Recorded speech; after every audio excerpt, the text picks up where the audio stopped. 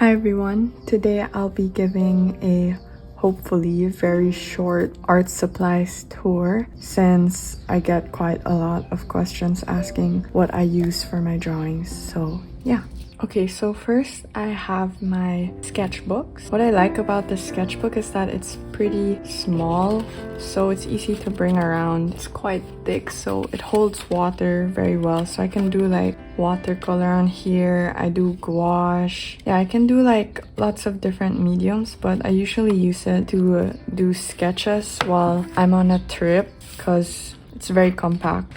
Next, I have this sketchbook. I'm not sure what brand it is, but I got it from Barnes & Nobles when I went to the States back in 2022.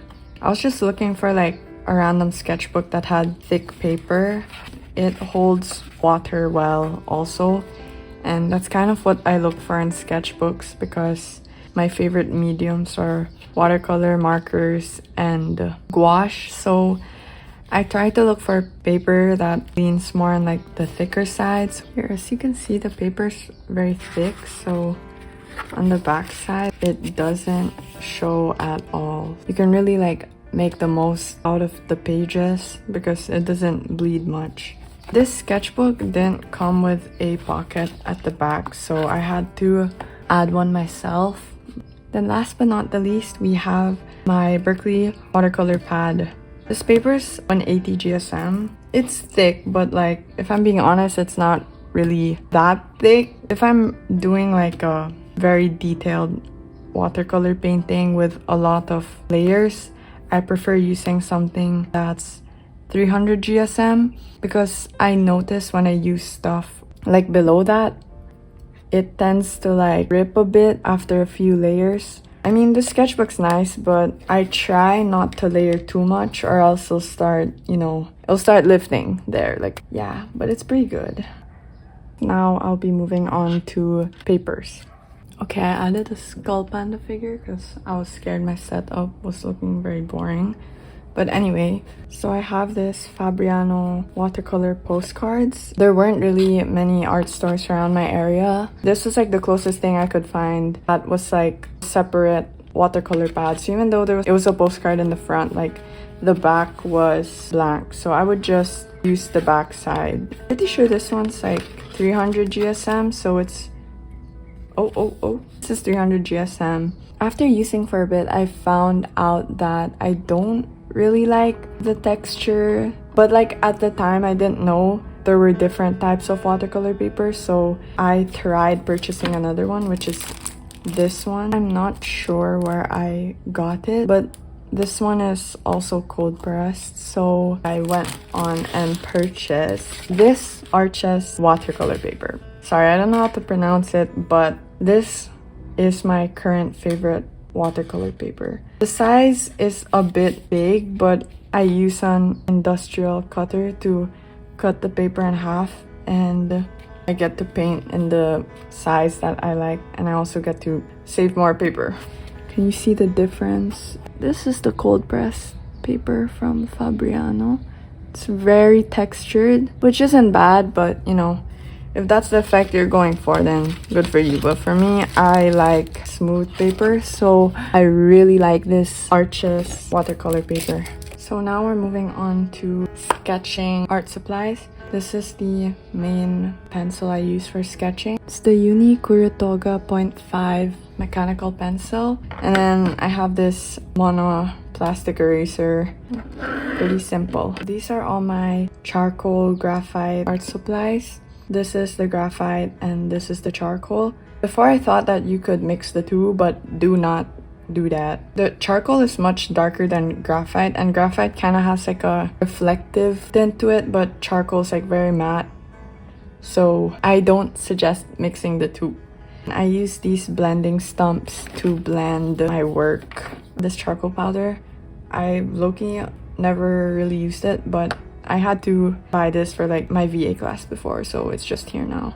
And then I use this like molding eraser, clay eraser. It's this like to, wow, the birds are chirping. I use this to lighten the sketch of my drawings before doing line art.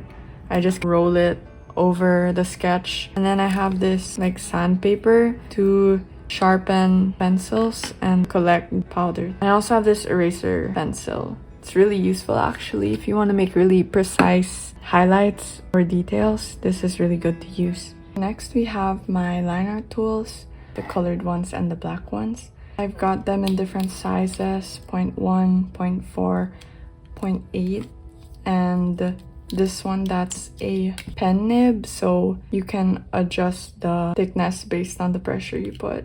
These are from Micron and Artline. I like getting from these brands because they don't bleed when I color with markers. They're smudge proof and everything. But if I want my drawing to look a bit more soft or something, I use colored line art pens. So I have one in brown, pink, and red. This one is the Copic Multiliner in wine. This is the line art pen that I've been using for the longest time because I used to draw with like Copics a lot, so I would use this to line my work. It's a really good shade because it's not too bright, but it's also not just straight black, so your drawing gets a kind of like soft effect. But then I switched to using the ones from Micron because they were like much cheaper and a larger range of colors that I could choose from. Next we have our colored pencils. I don't usually draw with colored pencils, but when I do, these are the ones that I use.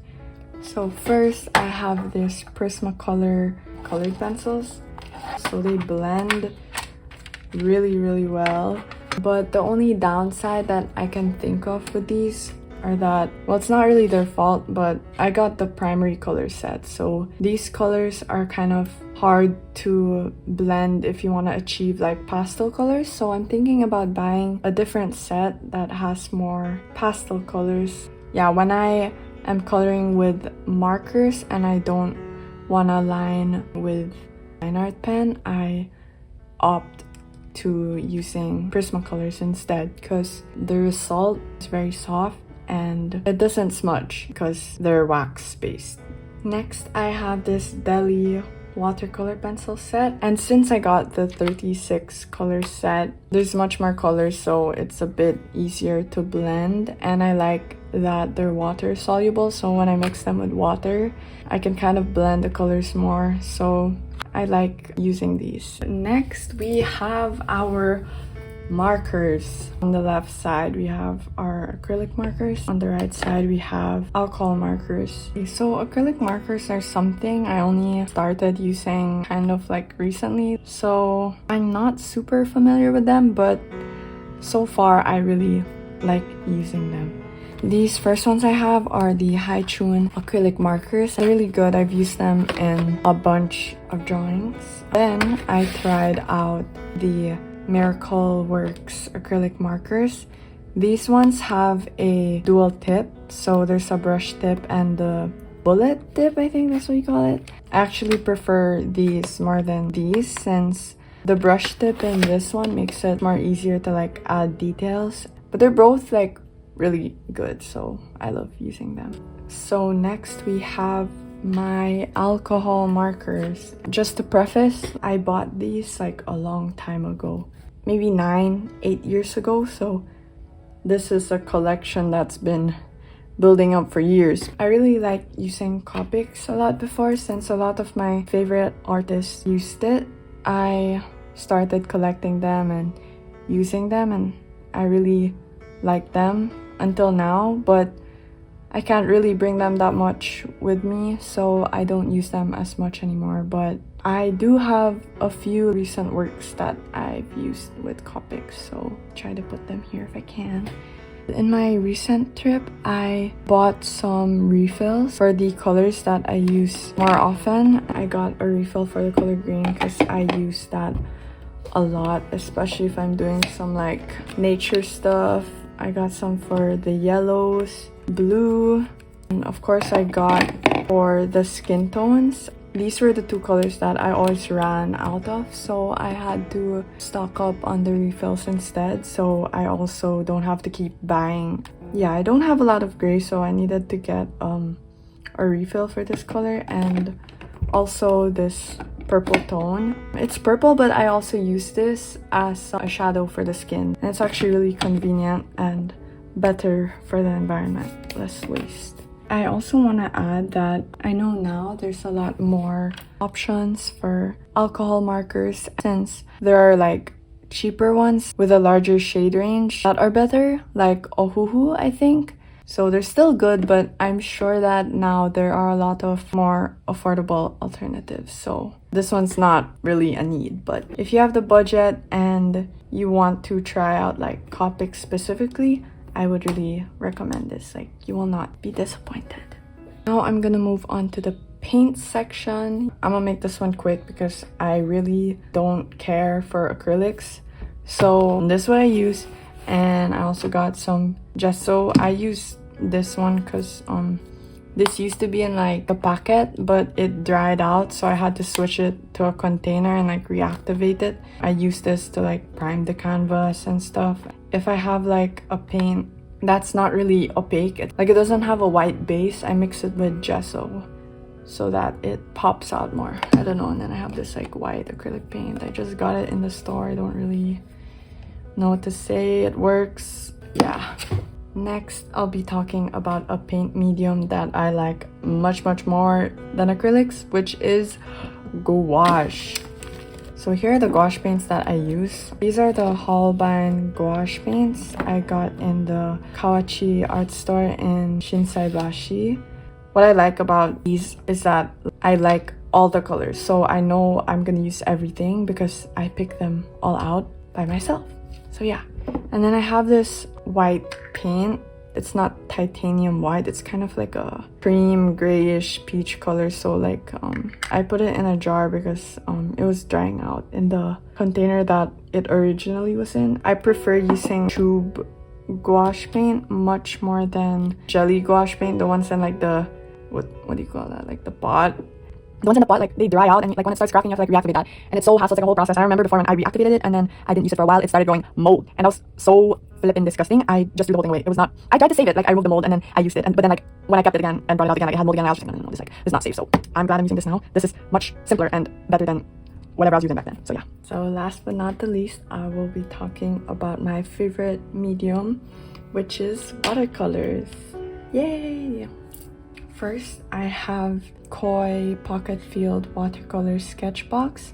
So you can see I have 3. This first one I got, I was in grade 4. This has 12 colors. It's a good basic watercolor palette for beginners. I actually like still use this when I travel sometimes. I bring this because it's very compact and it has pretty much all the colors you need. So yeah. But then in grade 5, I wanted to kind of upgrade. I will cover it because my name is in here, but it's a larger set and it has a bit more colors. You can see like I used it. Lastly, I have this set. The selection is definitely better, but I honestly don't really use this palette much anymore because I prefer mixing the colors on my own. But if you're a beginner that's just trying out watercolors, then I recommend getting this. Maybe this one, not this one. I think this is a bit too much colors. Like, you do not need all that. Like, you can probably just mix and you'll get something that you want. So yeah. The next one that I have is Prang Oval Semi-Moist Watercolors. This was a gift from one of my relatives. I've been using it recently.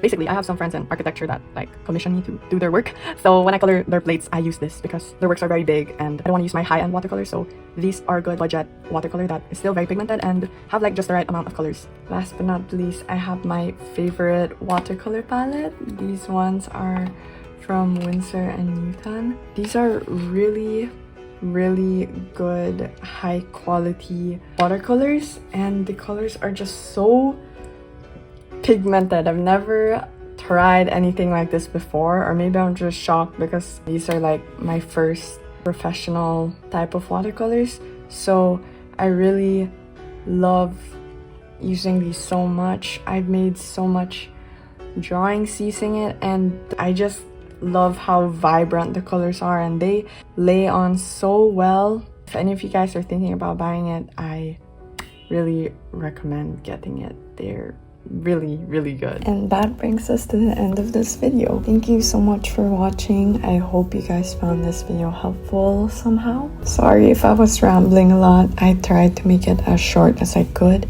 I'm gonna show you a sneak peek of what I'm currently working on, because I'm working on something. Please look forward to it.